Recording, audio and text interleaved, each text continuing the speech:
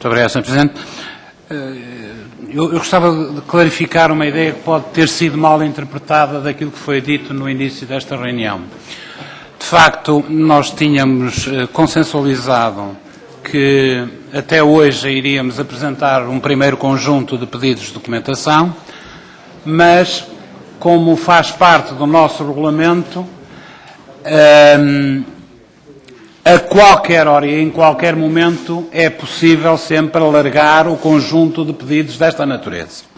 Portanto, não é por, enfim, haver qualquer espécie de data limite a partir do qual já não é possível pedir qualquer espécie de documentação. Não duvido nem um minuto que era essa a intenção do Sr. Presidente, mas também admito que possa alguém ter lido de outra forma e eu gostava de acentuar esta verdade, digamos assim, consensualizada entre nós na última reunião.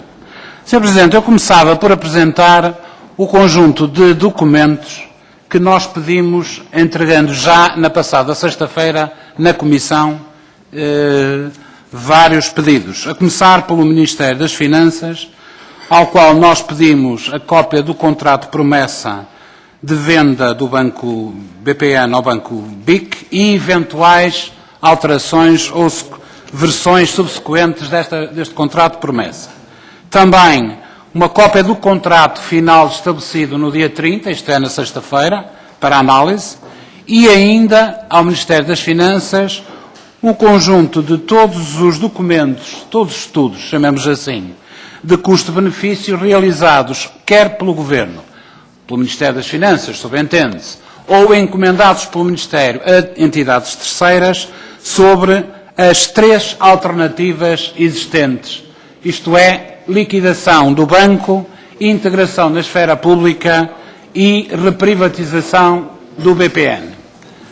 Relativamente ao Ministério das Finanças. Relativamente ao Banco de Portugal, pedimos também na sexta-feira cópias das auditorias, atos de inspeção de qualquer natureza ou quaisquer outras iniciativas realizadas no âmbito da supervisão prudencial do Banco de Portugal sobre o BPN, realizadas a partir da data da nacionalização, isto é, a partir de novembro de 2008, até 30 de março de 2011. À Comissão, ou melhor, à ex-Comissão de Acompanhamento das Privatizações, pedimos todos os pareceres e julgamos que foram 5 os pareceres emitidos por esta Comissão sobre a reprivatização do Banco Português de Negócios. À Caixa Geral de Depósitos, e de acordo com a Lei da Nacionalização, artigo 2º, número 7, pedimos e solicitamos aquilo que tenha sido os objetivos de gestão do BPN, segundo a Lei da Nacionalização, que deveriam, esses objetivos, acautelar os interesses dos depositantes, os interesses patrimoniais do Estado e dos contribuintes e a defesa dos direitos dos trabalhadores.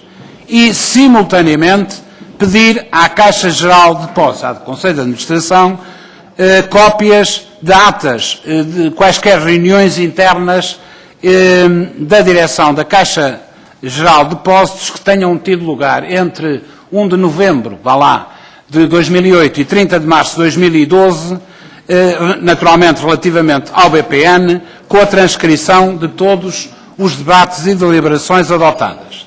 Finalmente, ainda na sexta-feira, apresentamos ao BPN um conjunto de pedidos, a começar por aquele que é o, enfim, imediato, que é o relatório de contas dos anos 2008 a 2011, inclusive.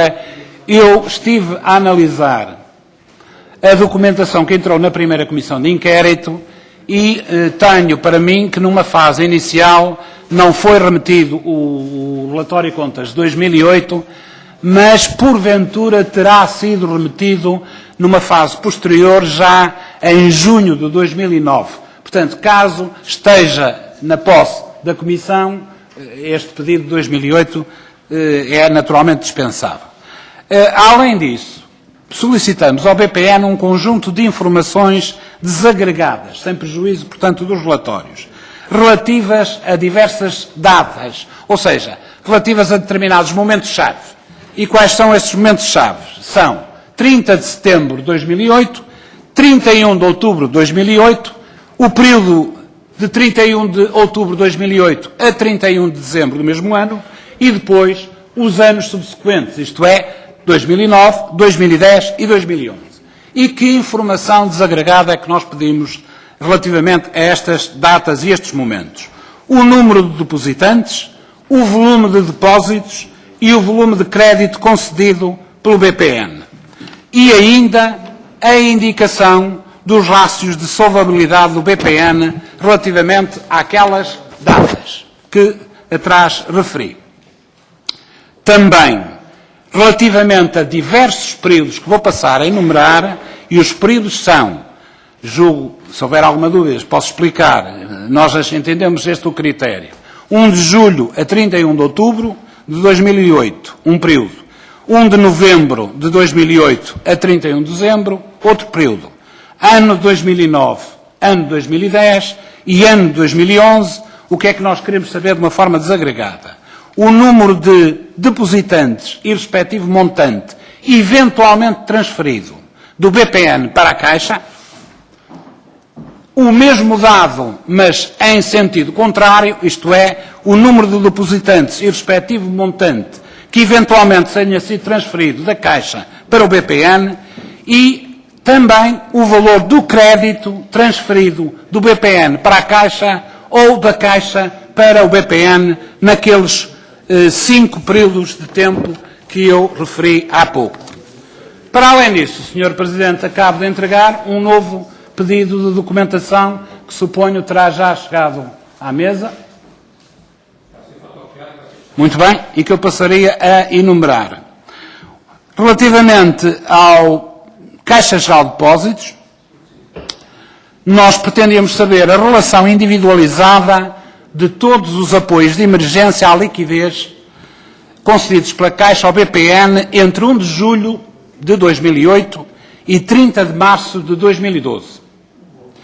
Com a indicação das datas da concessão, das datas de eventual liquidação e com a indicação das garantias pessoais do Estado ou outras garantias que tenham sido obtidas para a concessão destes apoios à liquidez. A mesma coisa, não relativamente a apoios à liquidez, mas relativamente a empréstimos. Empréstimos concedidos pela Caixa Geral de Depósitos ao BPN entre o mesmo período, isto é, 1 de julho de 2008, 30 de 1 de março de 2012, com as mesmas indicações.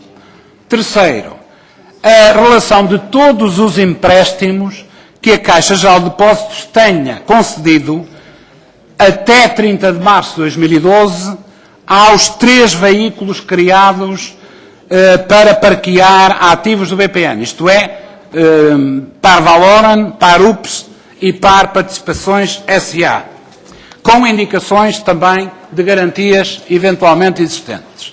Isto relativamente à Caixa Geral de Depósitos. Relativamente ao Banco de Portugal, também queríamos saber a relação individualizada de todos os apoios de emergência à liquidez concedidos ao BPN, pelo Banco de Portugal, no período entre 1 de julho de 2008 e 30 de março de 2012.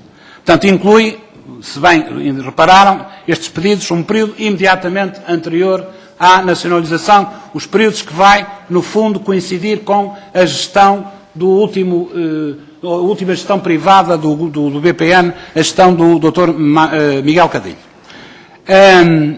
Depois, as atas das reuniões realizadas entre o Governador ou o Banco de Portugal e o BPN, diretores ou administradores, a partir da nacionalização, incluindo correspondência de qualquer natureza, atas das reuniões havidas entre o Banco de Portugal e a administração da Caixa Geral de Depósitos com relação ao BPN no mesmo período, isto é, depois da nacionalização, e atas e eventual correspondência. Finalmente, ainda relativamente ao BPN, nós queríamos saber, de uma forma desagregada, e relativamente aos períodos que vêm sendo assinalados recorrentemente pelo PCP, isto é, período entre 1 de julho de 2008 e 31 de outubro, 1 de novembro, 31 de dezembro, ano 2009, ano 2010 e ano 2011, as seguintes informações desagregadas. O volume total do crédito mal parado ou com imparidades parciais concedido pelo BPN neste período, apenas nestes períodos, e detectado naqueles períodos. Depois, o volume do crédito mal parado ou com imparidades concedidos pelo BPN, mas apenas e exclusivamente às empresas do então Grupo SLN, hoje Grupo Galilei, como se sabe, e também, nos mesmos períodos, o volume do crédito mal parado e com imparidades ou com imparidades parciais concedido pelo BPN ao Banco IFISA, ao Banco BPN IFI e ao Banco BPN Cayman. A todos estes bancos, como sabem, fazem parte de um dos veículos, o veículo PAR Participações. É isto, Sr. Presidente. A acrescentar à relação de documentação que já tinha solicitado na sexta-feira, e eu suponho, deixe-me sugerir-lhe isso, que, de uma forma expedita e para acelerar o processo, que agora os serviços da Comissão analisem eventuais, porque eu julgo haver eventuais repetições, e elaborem pedidos com a maior celeridade às entidades visadas. Presidente, há um bocado falava-se de cinzentismo. Eu acho que, para além de algum cinzentismo, aqui está a ser utilizado algum formalismo em excesso. Eu julgo que à volta desta mesa não deve haver uma única pessoa que ainda não tenha lido o documento da Comissão de 27 de março. Não deve. Não acredito. Não acredito mesmo que o deputado Hugo Velosa não tenha lido o documento. Apesar daqui quase jurar que não o leu, eu iria jurar que o Sr. Deputado o leu de fio a pavio. Naturalmente, todos os que lemos, senhor, eu já lhe vou referir ao senhor deputado. Deixe-me terminar, por favor.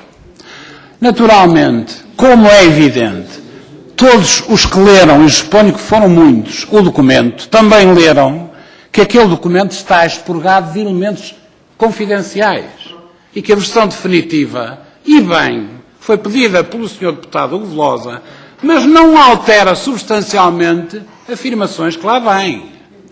E, portanto, há questões colocadas lá que não estão entre, como é que se diz, reticências. Estão claramente escritas em português. E, portanto, naturalmente, são claras para quem ler e, sobretudo, são claras para quem quiser ler.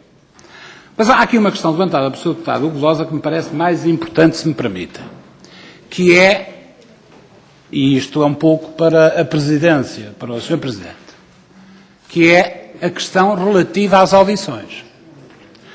Eu, naturalmente, julgo que é ponderado e sensato que muitas das audições possam ser requeridas e discutidas e analisadas em função daquilo que é um conjunto de documentação que, enfim, que nós acabamos de pedir, não é? Mas também é verdade, Sr. Presidente e Srs. Deputados, que muitas das audições também, e algumas personalidades, eu diria, incontornáveis, já não depende a sua deliberação e a sua audição desta Comissão de qualquer consulta a documentos. Ou alguém terá dúvida que o Dr. Vítor Gaspar será uma pessoa a ouvir nesta Comissão, independentemente do conjunto de documentação que nós pedimos? Alguém terá dúvida, por exemplo, que o Dr. Teixeira dos Santos será uma pessoa a ouvir aqui nesta Comissão, independentemente da documentação?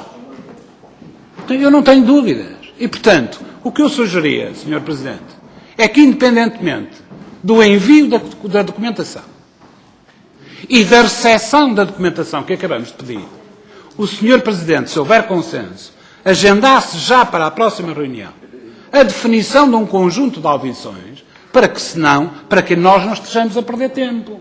Porque há, de facto, um conjunto de audições, eu diria, do nosso ponto de vista, até audições que não requerem a vinda de qualquer documentação e que podem ser decididas, avançadas, para acelerar os nossos trabalhos e não estarmos aqui à espera, enfim, à espera daquilo que não é necessário esperar. E, portanto, eu sugeria que o Sr.